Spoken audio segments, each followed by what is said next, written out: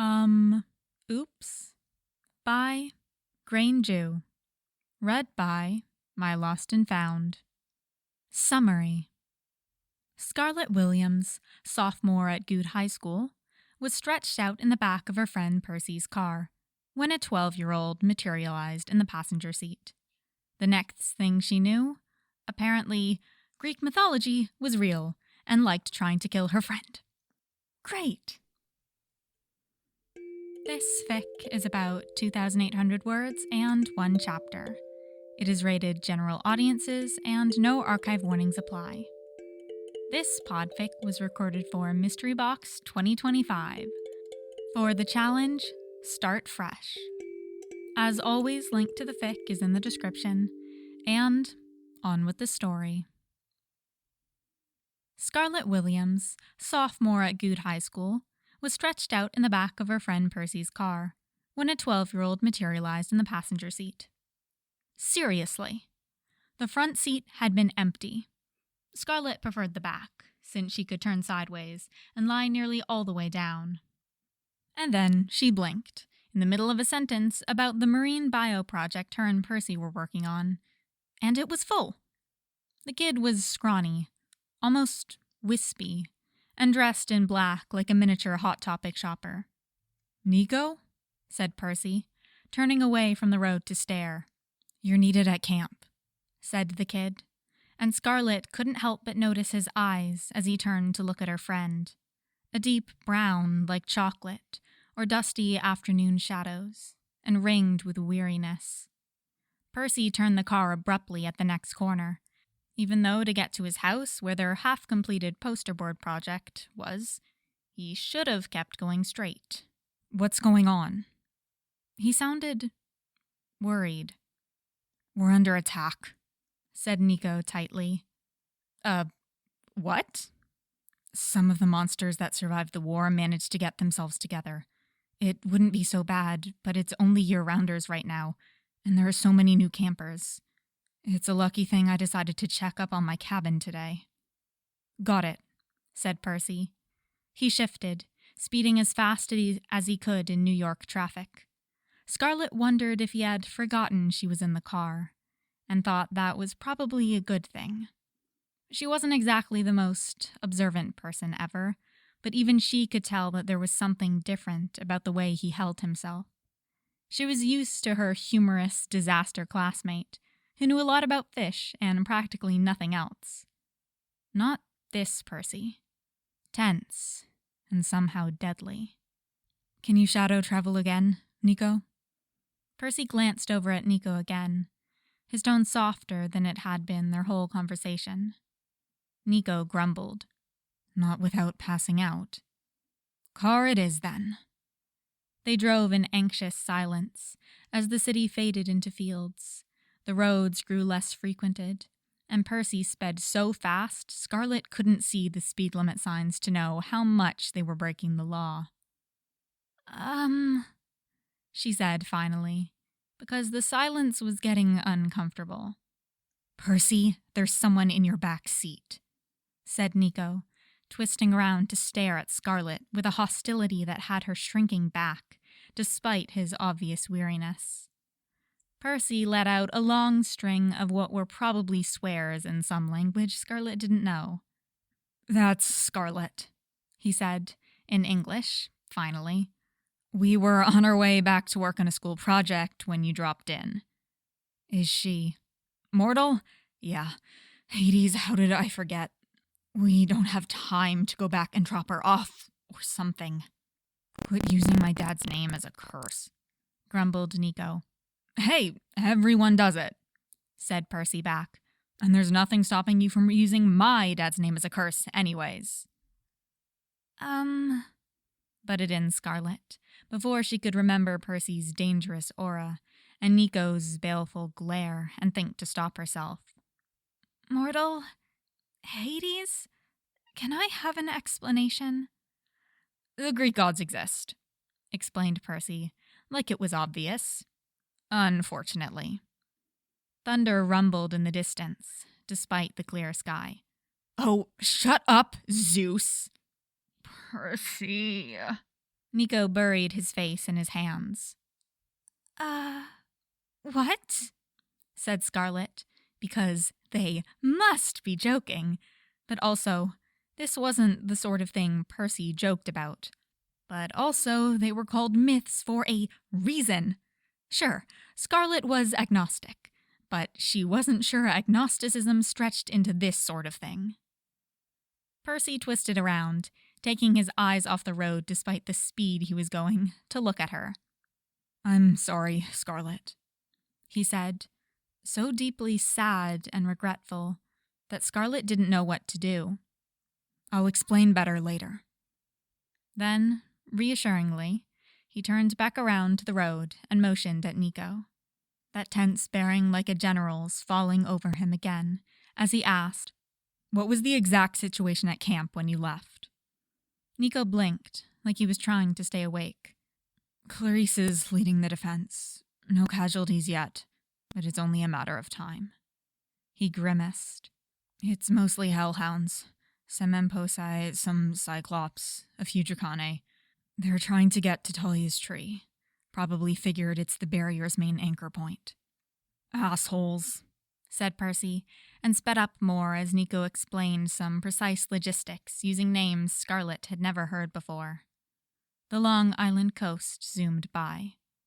"Oh, gods," said Percy, coming to a horrified realization.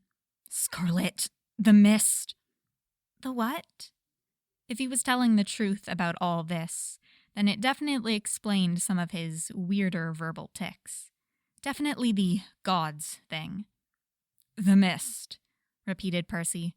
"It's this, magic thing that makes it so mortals like you don't see the mythological world for what it is. Instead of Emposi and hellhounds, you'll probably see cheerleaders and poodles. Thought you should, get a warning. Even if you don't believe me, which you probably don't, honestly, so you don't think I'm stabbing cheerleaders or something. Wouldn't be the first time the mist made me look like a murderer and all. I swear it hates me." "It's not even sentient," said Nico. And maybe Scarlet should have focused on the murder part. But her priorities got all mixed up somewhere between her brain and her mouth, and she said instead, "You talk like you're not mortal." "Well," said Percy, awkwardly, "I'm kind of not." A pause. "I'm a demigod. So is Nico. My dad's Poseidon, and his is Hades." Scarlet was saved from having to try to reply to that by the car coming to a stop halfway up a hill, thick with long grass and bordered by strawberry fields. Percy and Nico had their doors open almost before Scarlet could catch her breath from the sharp halt. "Stay here," ordered Percy in Scarlet's direction, and then he was off up the hill, Nico right behind him. She followed them with her gaze to see a motley collection of teenagers in orange shirts and what looked like a Ren Fair cosplay, facing a small army of saleswomen, construction workers, and, just as Percy had said, cheerleaders and poodles. Percy raised a baseball bat that he had not been holding 10 seconds ago in the air as he crested the hill, and the teenagers let out a ragged cheer. He shouted something at them, and most of them retreated back behind an enormous pine. And then he charged into the middle of the little army, slamming into a cheerleader's side with a baseball bat so hard she stopped existing. Scarlet nearly recoiled, but then she caught herself, remembering Percy's explanation, and narrowed her eyes, squinting at the scene in front of her and willing this mist to part, to show her the truth. Please let Percy be telling the truth. Please let Percy not be a murderer. Until, just for a split second, it did. For that instant, Percy looked like one of the gods of old he claimed to be the son of, eyes fierce and green and turbulent as the sea at storm, bronze sword gleaming in the sunlight, and no movement wasted as he whirled and slashed and danced to the horde of what Scarlet could see now really were monsters, snake women and cyclopses, and dogs as black as night and big as trucks. And through it all, nothing touched him. Nothing slowed him. Nothing could stand against him. A hurricane in motion, as unstoppable as the tide itself. She was forced to blink, and the mist shuddered over her vision again, and Scarlet tried to reconcile what she'd seen with her fidgety classmate and his horrible grades. After what could have been 30 seconds or 30 minutes, Percy and a few of the teenagers who hadn't moved back when he arrived, among them a big, burly girl in red armor, managed to somehow defeat the entire army. The monsters evaporated into thin air under their counter-assault, and they cheered again, triumphant, victorious. Once they started collapsing carelessly to the ground in elated exhaustion, Scarlet deemed it safe enough to exit the car and walk up the hill. She was going to have her answers. She didn't even know what she wanted to know. Technically, Percy had already told her what was going on, but she was getting answers anyways. She was.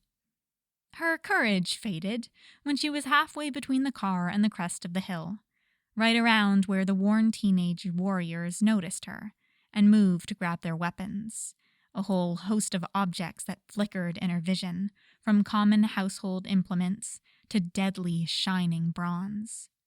Before she could bolt, Percy rolled over onto an elbow and raised a hand in the universal gesture for stop. Scarlet gasped as they all grumbled and put down their weapons, some of them much more reluctantly than others. Somehow, the way Percy could command unquestioning obedience with just a gesture was almost more shocking than any gods or monsters. "She's with me," said Percy, not sounding very happy about it. Scarlet was too busy being impressed to really be offended. "Mortal." "And what would Annabeth say if she heard you brought some mortal to camp while she was off supervising the reconstruction on Olympus?" teased someone loudly. Scarlet knew that Annabeth was Percy's girlfriend because he never shut up about her, but the, Olympus part was new. "Absolutely nothing, because we're leaving right now," Percy sniped back. "Not my fault Nico got so good at shadow traveling, he can appear in a moving car." Okay, so he really had just materialized in the passenger seat. Good to know. "How many mortals are you going to lead here anyways?" asked someone else, still teasing. "First of all, Rachel stole my Pegasus. I had nothing to do with that. Second of all, he gestured at Scarlet, still frozen partway up the hill, have a marine biology project to finish." He levered himself up to standing and scanned across the battered collection of teenagers with his eyes. "Can you guys manage the rest? I'd stay, but I'd rather not get kicked out of school in October. I try to wait until at least spring, usually." "Course we can, prissy," groused the big girl with the red armor. She scoffed. "Just 'cause you were the big hero in the war." Yeah, oh great Drakon Slayer. I get it," said Percy back. "Camp's in your hands. Don't set it on fire. And, Nico, take a nap." He spun on his heel and walked back towards the car, grabbing Scarlet's arm on the way down, and, apparently, content with having the last word, he ignored the threats being yelled at his back, and Nico's indignant, "Hey!" "That was Clarisse, daughter of Ares," explained Percy, when they were back in the car and driving away from wherever they'd been. Scarlet hardly remembered even getting into the car, and definitely didn't remember how she'd ended up in the front seat. She tried to recall the little Greek mythology she knew. "That's, the war god, right?" "Right." Percy nodded. He was driving at a much less alarming speed now, so Scarlet didn't panic when his attention wasn't perfectly on the road. "Her bark is worse than her bite, really. Not like her dad. Well, Her bite is pretty bad, too. She's got this nasty electric spear. And she did kill that Drakon, which was pretty cool. Terrifying, but cool. Her killing it, not the Drakon. That was just terrifying. Okay, said Scarlet. She decided not to ask, because she had a feeling she would just get more confused. What did she mean? You were the big hero in the war. Oh, well, there was this prophecy that bad things would happen on my 16th birthday. His eyes flickered to the side. Bad things happened on my 16th birthday. Oh, she said. That sucks. You're telling me. She wanted to ask more, but he didn't look like he wanted to share, and Scarlet knew when to respect a person's privacy. Also, that display earlier helped with the whole not prying thing. Percy may not be a murderer, but she still didn't want to get on the bad side of someone who was untouchable in a fight and commanded a miniature army of battle-hardened teenagers.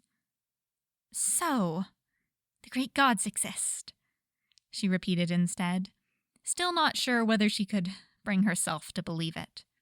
Right, said Percy. You're taking it a lot better than I did. I had the actual Minotaur chase me to camp and try to kill me. Scarlet gaped. The actual Minotaur? For real? Like the one in that maze with the string and everything? Percy smirked. Yup. Isn't it, dead? Scarlet wasn't really sure how to make the question less blunt. Gods, I wish, said Percy, rolling his eyes. He explained something confusing and kind of horrifying about how monsters just poof and then they regenerate a few years later. Annabeth told me they don't come back in your lifetime, if you're lucky. But I don't know how much that counts because demigods have notoriously short lifespans, and also my luck sucks. So those monsters you guys were fighting, said Scarlet, ignoring the comment about short lifespans for now, because thinking about the implications of it was just not something that sounded pleasant. Percy jerked around his head to stare at her. You saw through the mist? Just for a second, when I concentrated really hard, she explained. You were terrifying, awe-inspiring. Neither of those were really something you could say to a person, even if it was true. Especially if it was true. Really cool, she finished lamely. Thanks, said Percy. If his blush was any indication, he didn't really know how to respond to praise. Even if it was only for a second, seeing through the mist like that is pretty cool too, especially because you're not a clear-sighted mortal. Well, if I hadn't, I would have thought you were murdering innocent cheerleaders with a bat. So, probably a good thing I did. Probably. Yeah, said Percy, grinning a little sardonically. What were those women with the weird legs, though? Scarlet had not been raised on Greek mythology, and she was suddenly feeling the lack. Emposi, said Percy, making a face. They're basically like extra magical ancient Greek vampires. The hissy snake women were all Dracanae, and the dogs are hellhounds, and the cyclopses are cyclopses. He sighed. Thanks. I didn't notice that last one, said Scarlet dryly. Shut up, said Percy. For real, though, do you fight these things all the time? The thought of that sent off an unpleasant reaction somewhere in the pit of Scarlet's stomach. Percy shrugged. I mean, not that many usually. We're just coming off a war, that bad stuff I mentioned that happened on my 16th birthday. So all the stragglers left over are after our heads. But monsters are usually pretty much only attracted to demigods. Apparently, we smell like a 5-star restaurant. So that's why I haven't seen them before. That and the mist. Yeah, said Percy. Although, you actually have met some. Remember those cheerleaders at freshman orientation? Emposi. Scarlet's eyes widened. Seriously? Yep. Nearly got me expelled. That sucks, said Scarlet, sympathetically. Seems like most things about this whole demigod thing suck, actually. You've got it in one. Ouch. Percy reached up a hand from the steering wheel to finger the beads around his neck. Practically everyone I care about is back at camp, though. He grinned at some joke Scarlet wasn't privy to, and I wouldn't give them up for the world. Scarlet couldn't think of a reply that didn't seem trite, so they drove in silence for a few minutes as New York traffic thickened around them. I have so many questions, she said finally, trying to pull her brain together. And you can answer all of them, but first things first. Is that Clarisse girl single? No, she's got a boyfriend, said Percy, frowning like he was trying to do math. Why? She's scary. I'm very gay. Scarlet shrugged, remorseless. It was worth a try. Scary girls can be very attractive, Percy agreed. But not if they tried to dunk your head in the toilet the first time you met. He grinned at Scarlet's expression. Even if she did mellow out over the years. And if you tell her I said that, I will have to kill you. Now, what are your other questions? Only the Aphrodite kids know the exact takenness status of every demigod, living or dead, and my mom is very, very mortal. And that is all for this podfic. I don't know what it is about this one. I may have reread it sometime really recently, but I feel like I already podficed it for some reason. I don't know. Maybe I just like it so much it's stuck so well in my brain, because this is just it's so fun. I love like outsider POV fics, and I'm definitely a fan of fics where someone in Percy's mortal side of his life gets a glimpse at the whole demigod thing and is just like, what brain does not compute. Him is scary, is cool, scary. And yeah, this just a treat. I love it. Fanfic is amazing. This is amazing. I love so many things. My voice is kind of given out for some reason. I have done no talking today, but I've done no talking, so I'm warmed up, but I'm not worn out, but my voice is worn out, so I sound a little bit funky, I'd say. Anyway, like I said at the beginning, this is recorded for Voice Team Mystery Box 2025 for the challenge Fresh Start, which is basically clean a room or a part of a room and record an audio fan work in your newly cleaned location. And for this challenge, I personally, it was about time, they were getting pretty dusty, I cleaned my altars in my room.